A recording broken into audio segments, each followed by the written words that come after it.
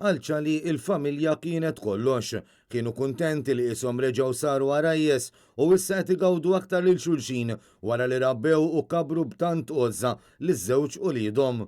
Klim Adrian Mallija, Operations Manager fiħdan il-Malta Freeport Terminals, meta prova jiddeskrivi lil ċali Paċ, ir-raġel ta' Mirjam, li tnej fil-għaxija tilfet ħajjita maqbuda taħt it-tifrik ta' residenza tagħhom fil-Ħamrun. Mallija jkompli li fuq xogħlu ċali kien jitkellem ħafna mal-kollegi tiegħu dwar il-familja u kemm din hija l-qalbu.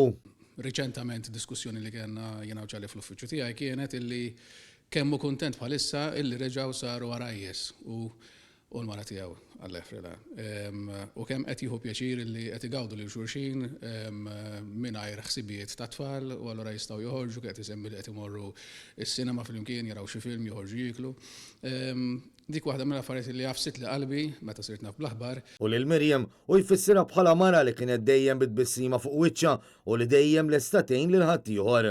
Fuq Mirjam m'għandi xejn assolutament xi ngħid li kienet persuna dejjem bitbissima fuq wiċċa, dejjem lesta li tgħin lil ħaddieħor. Jiena meta għalkemm illum fuq il-medja soċjali qed jidhru ħafna ritratti ta' Mirjam, imma li kieku kelli ma narax ritratt ta' Mirjam u nimmaġina ġo għajnejja jew ġo moħħi, nimmaġina dejjem bitbissima li propju qed jidhru ritratti tagħha. Ġifieri nistajt ir-ritratti li qed jidhru fuq is-social media mhumiex ritratti magħżulin, imma huma ritratti li verament jiġdu il-karattru ferrieħi u ġenwin ta' Mirjam.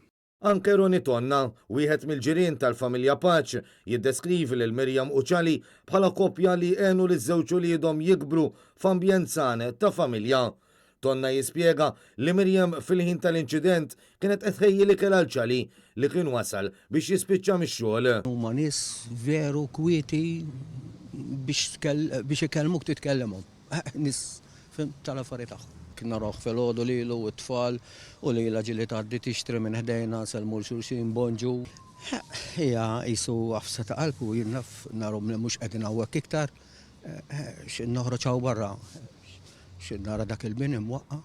Roni jispjega xena xokkanti appena ġarfet id-dar, b'martu tispjega li sema tħoss qawwi daqs li kieku xi terremot. Kont qiegħed fuq ix-xogħol barra u ċemplet lil mara tiegħi xi sata jew nofs. Għalt li Ron għalt li xbiċċa ġara, tala ġara jien, għalt li waqt id-dar ta' ċali. Għalt li waqt id-dar ta' ċali, għalt li jiva jamalaj.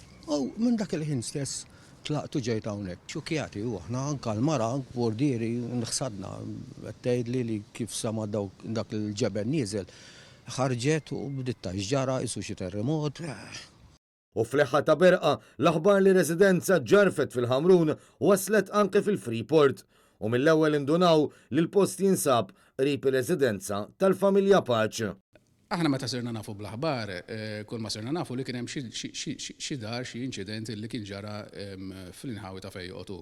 Jiena jgħidlu fl-uffiċċju rrakkomandajtlu li ċempel id-dar biex jara li jkollu sew.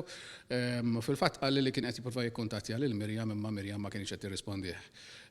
U jiena tajtu l-parir, offrejtlu nżomm aktar milli tajtu parir, illi jmur kien baqa' ftit ħin ta' xogħol għatlu smani għax ma tmurx issarraħ rasek biex tara li kollu sew. Għatlu l-importanti li kif tasal id-dar, ċempel li kemm issarraħ li rasi li kollu sew. Iżda ritratti fuq il-medja soċjali neħħew kull dubju li forsi wieħed seta' kellu. Kien xokk ħafna ikbar meta ċali ċempilli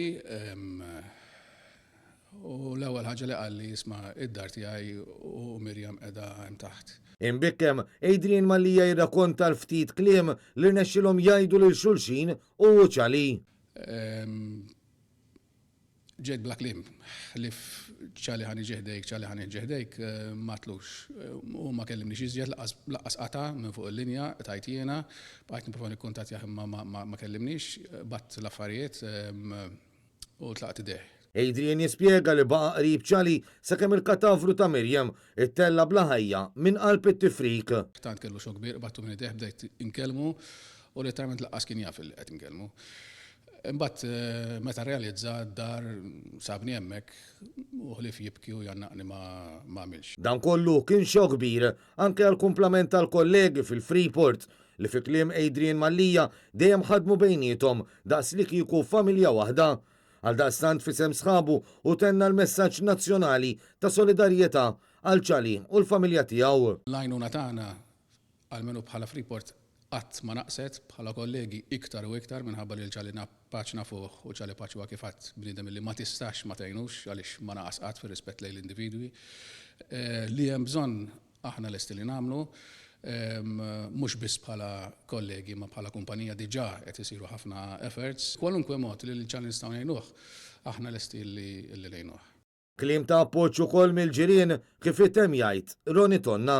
Nixtieq ngħidilhom milli anke lilu l-ċali ir-raġel tagħha u t-tfal jekk ikollhom bżonn xi ħaġa milli nistgħu ngħinhom.